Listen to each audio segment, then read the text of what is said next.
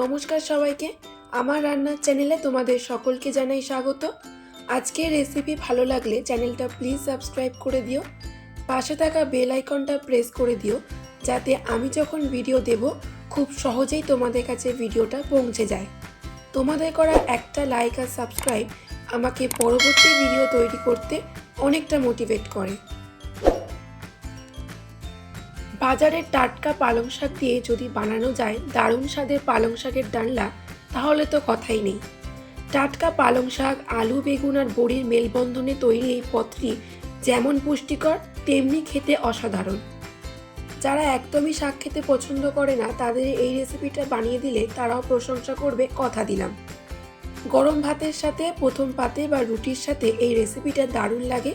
তাই ভিডিওটা স্কিপ না করে অবশ্যই শেষ অবধি দেখার অনুরোধ রইল। তাহলে চলো শুরু করা যাক আজকের রেসিপি পালং শাকের ডালনা। পালং শাকের ডালনা বানানোর জন্য আমি আলু, বেগুন, কুমড়ো ডুমো ডুমো করে কেটে নিয়েছি। ছোলা আগের দিন রাতে ভিজিয়ে রেখেছিলাম। লাগবে রাঙা আলু, বড়ি। আমি সমস্ত সবজি কেটে ভালো করে ধুয়ে নিয়েছি। আর লাগবে পালং শাক। পালং শাক প্রথমে ভালো করে বেছে নিয়েছি, তারপর কেটে 2-3 বার জল পাল্টে পাল্টে পরিষ্কার করে ধুয়ে জল ঝরিয়ে রেখেছি। এরপর কড়াইতে পরিমাণ মতো সরষের তেল দেব। তেল গরম হয়ে গেলে তার মধ্যে দেব বড়ি। বড়িগুলো লাল লাল করে ভেজে তুলে নেব। বড়ি দিলে পালং শাকের ডালনার ফ্লেভারটা আরো ভালো হয়। ওই তেলেই কেটে ধুয়ে রাখা আলু, বেগুন, রাঙা আলু, কুমড়ো সব একসাথে দিয়ে দেব। মিডিয়াম ফ্লেমে সমস্ত সবজি মিনিট 5 ভালো করে ভেজে নিতে হবে। আমি এখানে সব সবজি একসাথে দিয়েছি।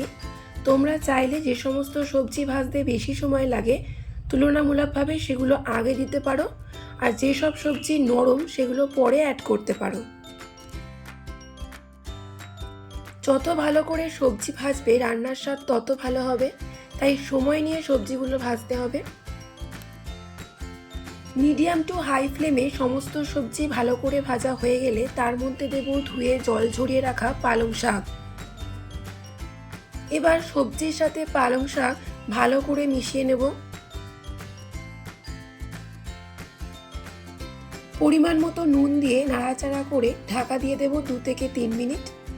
এই সময় গ্যাসের ফ্লেম লো টু মিডিয়ামে রাখতে হবে।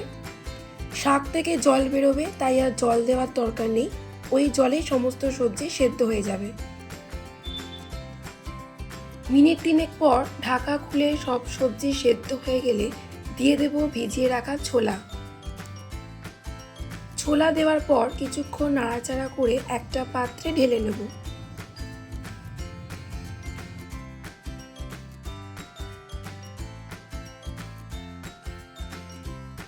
তারপর কড়াইতে আবারও পরিমাণ মতো সরষের তেল দেব। তেল গরম হয়ে গেলে তার মধ্যে ফোড়নে দেব শুকনো লঙ্কা, তেজপাতা, 5 ফোড়ন। হালকা নাড়াচাড়া করে ফোড়ন থেকে সুন্দর গন্ধ বেরোনো শুরু হলে তার মধ্যে দেব পেঁয়াজ বাটা।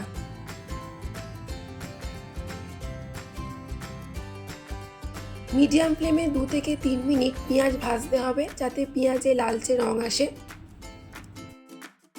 পেঁয়াজ হালকা লাল লাল করে ভাজা হয়ে গেলে তার মধ্যে দেব হলুদ গুঁড়ো, জিরে গুঁড়ো, ধনে গুঁড়ো, কাশ্মীরি রেড চিলি পাউডার, আদা বাটা।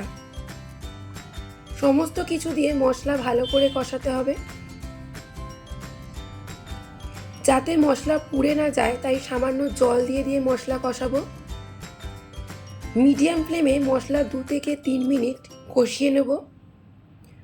যত ভালো করে মশলা কষাবে রান্নার স্বাদ তত ভালো হবে। সামান্য চিনি দেব। চিনি দিলে রান্নার স্বাদের সুন্দর একটা ব্যালেন্স হয়, তাই চিনিটা স্কিপ করবে না।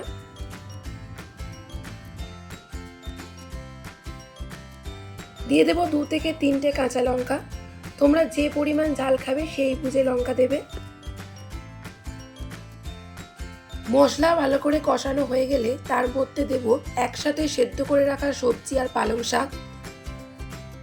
মশলার সাথে সবকিছু ভালো করে মিশিয়ে নিতে হবে।